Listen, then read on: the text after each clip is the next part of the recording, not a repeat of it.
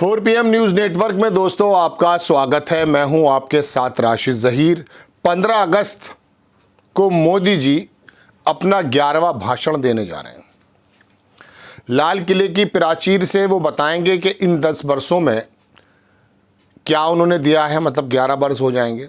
और पिछले साल उन्होंने ये भी कहा था कि मैं ही आपको आके बताऊंगा। बिल्कुल सही बात है, ऐसा हो भी रहा है। सरकार किसी भी प्रकार से आई है, लेकिन मोदी जी अपना एक लंबा चौड़ा भाषण आपको देंगे।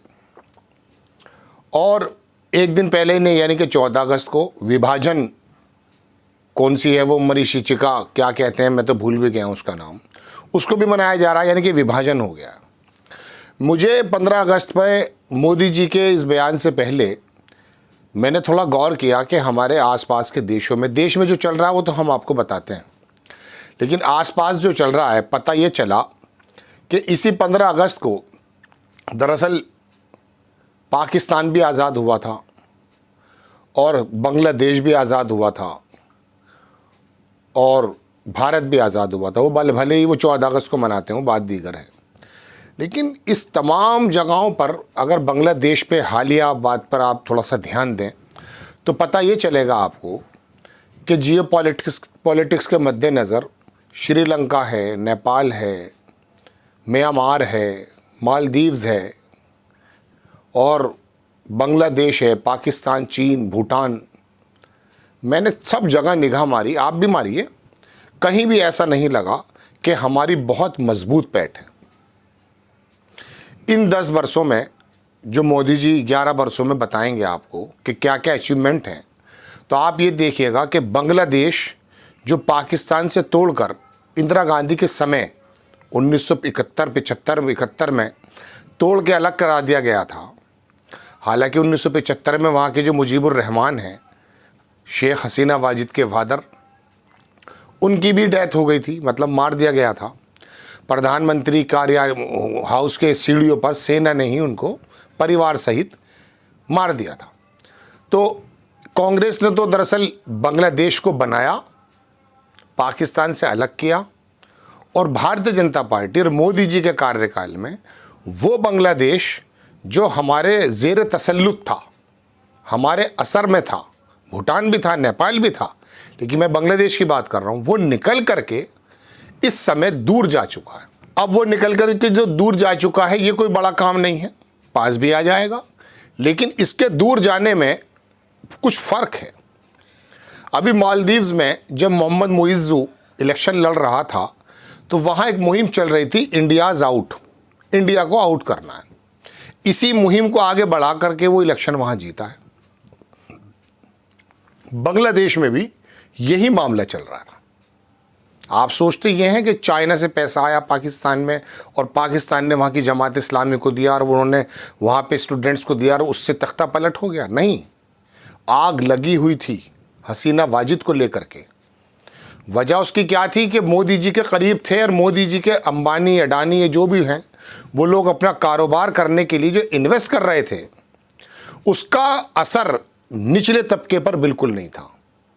और आप जानते हैं कि हसीना वाजिद का जितना भी विरोध हुआ है, वो सबसे पहले वो जमात थी जो वहाँ के मैन्युफैक्चरिंग, जो क्लॉथिंग मैन्युफैक्चरिंग थी, जो जिस इंडस्ट्री में बूम आया था, वो लोग थे, महिलाएं और बच्चे जो घरों के अंदर कपड़ा सिलते थे। कपास अच्छी होती है, कॉटन के काफ़ी ज़्यादा कारखाने वहाँ बना दिए गए थे। वजह उसकी ये थी कि वो ऊपरी लेयर पर उन पर पैसा आ रहा था, लेकिन निचले लेवल पर उनके हालात ख़राब थे। पर कैपिटा इनकम कुछ चंद उद्योगपतियों की वजह से अच्छी हो गई थी, क्योंकि जाहिर सी बात है, अगर मैं 1 करोड़ रुपया कमाता हूँ सपोज़ कीजिए, और मेरे घर में 10 बंदे हैं, तो उसके अंदर अगर बांट देंगे तो मेरे मिला तो एक को ही है ना। तो वहाँ भी यही मामला था। खैर, तो वहाँ भी एक मुहिम चल रही थी इंडिया आउट की। इसे छुपा तो नहीं सकते आप, गोदी मीडिया आपको बताए ना बताए, लेकिन हम तो आपको पूरा का पूरा एविडेंस के साथ बता सकते हैं। बहरहाल, अमेरिका का भी दखल हुआ। शेख हसीना वाजिद ने कहा कि मेरी सरकार गिराने में अमेरिका का हाथ है। चीन को, चूँकि उसने एक वो नहीं दिया था जहाँ पे गैस के ज़खायर थे, मार्टिन आइसलैंड करके है वो जगह, वो चीन को उसने दे दी। तो बहरहाल कहने का मतलब है, चीन अपना धीरे धीरे धीरे धीरे धीरे यूरोप तक चला गया है, वो मिडिल ईस्ट से होता हुआ। बेल्ट एंड रोड का जो मैं कह सकता हूँ उसका पूरा का पूरा प्रोग्राम है वो यूरोप के गेट तक चला गया, और हम अपने आसपास भी अकेले और कह सकता हूँ कि अलग थलग पड़ गए। ये है इन 10 सालों की ताकत, उपलब्धि। मोदी जी आपको बताएं ना बताएं, लेकिन जब 15 अगस्त की में बयान आप सुने तो आप ये देखें कि ये बांग्लादेश भी हमारे हाथ से, जिसको कांग्रेस ने, इंदिरा गांधी ने बनाया था, वो निकल चुका। चीन का दखल हो या अमेरिका का, इस बात से मेरा कोई ताल्लुक़ नहीं है। ताल्लुक़ मेरा इस बात से है कि मेरे आसपास भूटान को आप देख लीजिए, वो चाइना का सुर गाने लगा है। आप बांग्लादेश के हालात देखिए, वहाँ चाइना बैठ गया है। आप श्रीलंका देखिए, वहाँ की बंदरगाहें चाइना के हाथ में है। नेपाल की क्या बताइए, क्या पोजीशन है in front of the India, क्या है। लेकिन हालात पाकिस्तान चीन से तो कोई गिला ही नहीं है, वो तो हमारे एक कह सकता हूँ प्रतिद्वंदी एक ज़माने से। लेकिन आप प्रतिद्वंदिता किसी और बात पर होती समझ में आती, लेकिन ये जो इंडिया आउट चला है मोदी जी के रिजीम में, इतनी नफरतें तो ना भूटान में थी, ना मालदीव्स में थी, ना बांग्लादेश में थी। इनकार नहीं कर सकते आप। कोई गोदी मीडिया का बागड़ बिल्ला अगर आके कहे कि ये बात गलत है तो वो साबित करे कि क्या मालदीव्स के अंदर इंडिया आउट प्रोग्राम चला, आपको नहीं बताते लोग।